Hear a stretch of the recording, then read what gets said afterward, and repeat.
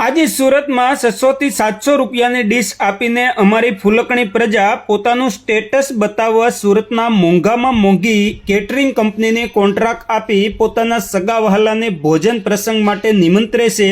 હું આ બધા કેટરિંગવાળાને ત્યાં રસોડામાં આટા મારું ત્યારે જીવ બળીને ખાખ થઈ જાય તેવું દ્રશ્ય જોવા મળે। કેવા તેલ હોય, કપાસિયા પામ તેલ તો હજુ ઠીક કહેવાય, પણ 1400 રૂપિયાનો ડબ્બો તેલનો ઉધના સુરતમાં જ બને કે 150 રૂપિયાનું પનીર, ચીઝ, બટર અને આખું સુરત બે મોઢે ખાય। અને સુરતનું જમણ તમને તો ખબર જ હશે।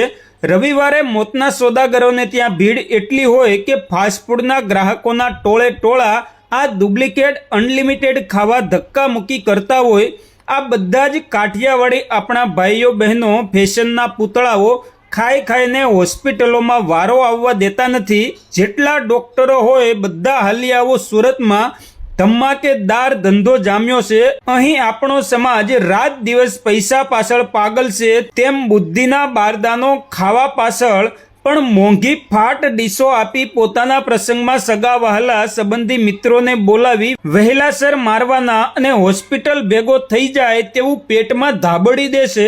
અહીંનું જમણ ડુપ્લિકેટ ઘી, દૂધ, પનીર, ચીઝથી લથબથ છે। ઘણી બધી સુરતની પ્રજા બે મોઢે ખાય છે। આ બધું નપુસક પ્રજા બનાવે છે અને અંતે દારૂડિયા રેઢિયાર પ્રજા બેફામ બનીને ઈંડા ખાય છે। સૌથી મોટું દર્દ તો એ છે કે આ કેટરિંગનું અને ફાસ્ટ ફૂડનું ડુપ્લિકેટ બનાવેલું ઘી, તેલ, ચીઝ, પનીર, દૂધ ખાય છે પ્રજા। દૂધ ખાઈને પ્રજા નપુસક બની ગઈ છે।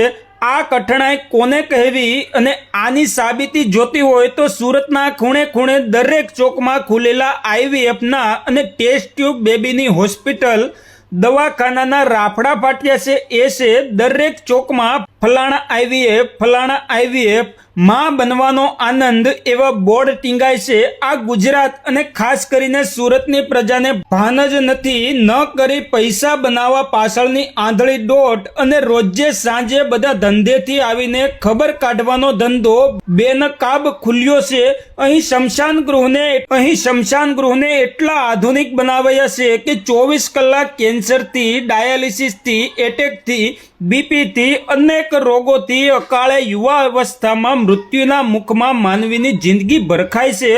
આ બધું જ રોજબરોજની જિંદગીનું સત્ય જણાવી રહ્યો છું। પરંતુ સુરતમાં મોટા મોટા મોટિવેટરો, નેતાઓ, હિન્દુ સંસ્થાઓ, ટ્રસ્ટીઓ, આગેવાનોના પૂતળાઓ, કરોડપતિઓ, બુદ્ધિજીવીઓ કોઈને કંઈ જ દેખાતું નથી। સરકારને તો આરોગ્યનું બિલ આકરી આંકડાની માયાજાળ રચી પોતાની ખીચડી પકાવવી છે। પુરવઠા ખાતાને તો સાંજ પડે અને માલ મલાઈ મોઢામાં મૂકવાવાળા પોતાના પાળેલા કૂતરા હપ્તા આપી જાય છે। પ્રજાના પ્રતિનિધિને કોણ જાણે ભગવાને લોઢાના મીંદડા બનાવ્યા છે। તેઓ આંખે પાટા બાંધી ધૂતરાષ્ટ્રની જેમ શાસન કરે જાય છે।